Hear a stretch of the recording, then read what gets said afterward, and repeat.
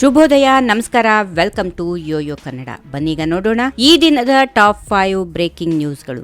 ಬಿಜೆಪಿಯಿಂದ 6 ವರ್ಷಗಳ ಕಾಲ ಉಚ್ಚಾಟನೆಗೊಂಡ ಬೆನ್ನಲ್ಲೇ ಆಕ್ಟಿವ್ ಆಗಿರುವ ಶಾಸಕ ಬಸನಗೌಡ ಪಾಟೀಲ್ ಯತ್ನಾಳ್ ಹೊಸ ಪಕ್ಷ ಕಟ್ಟುವ ಸುಳಿವು ನೀಡಿದ್ದಾರೆ. ಕುಟುಂಬ ರಾಜಕಾರಣ, ಭ್ರಷ್ಟಾಚಾರದ ವಿರುದ್ಧ ಹೋರಾಟ ಮಾಡುತ್ತೇವೆ. ಯಡಿಯೂರಪ್ಪ ವಿಜೇಂದ್ರ ಕುಟುಂಬ ರಾಜಕಾರಣ ತಡೆಯಬೇಕು. ವಿಜೇಂದ್ರ ಅವರನ್ನ ಅಧ್ಯಕ್ಷರನ್ನಾಗಿ ಮುಂದುವರೆಸಿದ್ರೆ ಅದು ಪಕ್ಷದ ಕರ್ಮ, ಹೀಗೆಂದು ವಾಗ್ದಾಳಿ ನಡೆಸಿದ್ರು. ರಾಜ್ಯದಲ್ಲಿ ಹೊಸ ಪಕ್ಷ ಅಸ್ತಿತ್ವಕ್ಕೆ ಬರಲಿದೆ. ಮುಂದಿನ ವಿಜಯದಶಮಿಗೆ ರಾಜ್ಯದಲ್ಲಿ ಹೊಸ ಪಕ್ಷದ ರಚನೆ ಆಗಲಿದೆ ಎಂದು ಹೇಳಿದರು.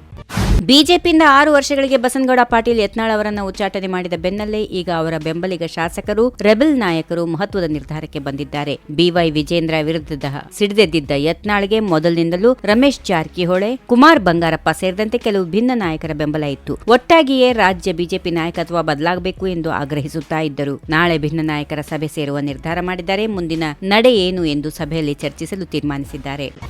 ಶಾಸಕ ಬಸನಗೌಡ ಪಾಟೀಲ್ ಯತ್ನಾಳ್ ಅವರನ್ನ 6 ವರ್ಷಗಳ ಕಾಲ ಬಿಜೆಪಿಯಿಂದ ಉಚ್ಚಾಟನೆ ಮಾಡಿರುವ ವಿಚಾರಕ್ಕೆ ಸಂಬಂಧಪಟ್ಟಂತೆ ಸಚಿವ ಶಿವರಾಜ್ ತಂಗಡಿಗೆ ಪ್ರತಿಕ್ರಿಯೆ ನೀಡಿದ್ದಾರೆ. ಶಾಸಕ ಬಸನಗೌಡ ಪಾಟೀಲ್ ಯತ್ನಾಳ್ ಪ್ರಬಲ ನಾಯಕ, ಸಂಘಟನಾ ಚತುರ. ಅವರನ್ನ ಉಚ್ಚಾಟಿಸಿ ಬಿಜೆಪಿ ದೊಡ್ಡ ತಪ್ಪು ಮಾಡಿದೆ. ಬಿಜೆಪಿ ಪಕ್ಷದೊಳಗಿನ ಭ್ರಷ್ಟಾಚಾರವನ್ನ ಯತ್ನಾಳ್ ಹೊರತಂದರು. ಲಿಂಗಾಯತರ ಹೆಸರಲ್ಲಿ ಬಿಎಸ್ ಯಡಿಯೂರಪ್ಪ, ಬಿವೈ ವಿಜೇಂದ್ರ ರಾಜಕಾರಣ ಮಾಡಿದರು ಎಂದು ಕಿಡಿಕಾರಿದರು.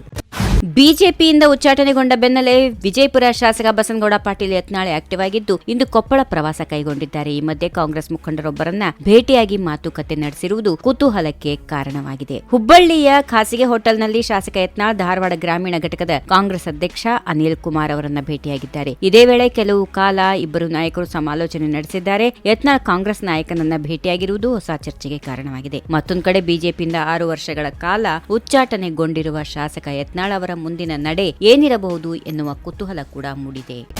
ಯತ್ನಾಳ್ ನಾಲಿಗೆ ಮತ್ತು ತಲೆಗೆ ಕನೆಕ್ಷನ್ ತಪ್ಪಿದೆ. ನಾಲಿಗೆ ಹರಿಬಿಟ್ಟಿದ್ದಕ್ಕೆ ಬಿಜೆಪಿಯಲ್ಲಿ ಯತ್ನಾಳ್ ಅವರನ್ನ ಉಚ್ಚಾಟನೆ ಮಾಡಿದ್ದಾರೆ.